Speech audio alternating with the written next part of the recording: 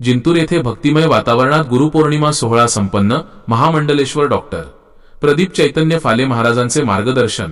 जिंतूर परभणी गुरु शिष्याच्या पवित्र नात्याचे प्रतीक असलेली गुरुपौर्णिमा जिंतूर येथील ऐतिहासिक बालाजी मंदिरात अत्यंत उत्साहात आणि भक्तिमय वातावरणात साजरी करण्यात आली।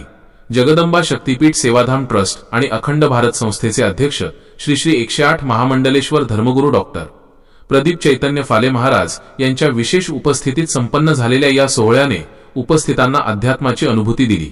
भक्तिरंगात न्हावून निघाले।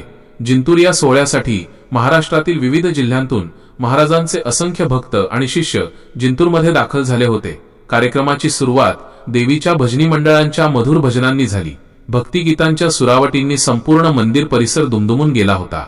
सोहळ्यातील प्रमुख आकर्षणे विधिवत पूजन। गुरुवर्य डॉक्टर प्रदीप चैतन्य फाले महाराज यांच्या शुभ हस्ते श्री तुळजाभवानी देवीचे विशेष पूजन आणि आरती करण्यात आली।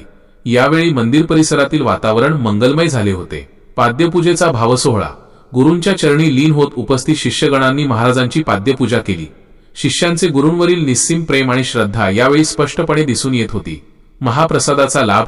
कार्यक्रमानंतर उपस्थित भाविकांसाठी महाप्रसादाचे आयोजन करण्यात आले होते। दूरवरून आलेल्या शिष्यांनी या महाप्रसादाचा लाभ घेतला। या कार्यक्रमाचे आयोजन जगदंबा शक्तीपीठ सेवाधाम ट्रस्टच्या वतीने करण्यात आले होते।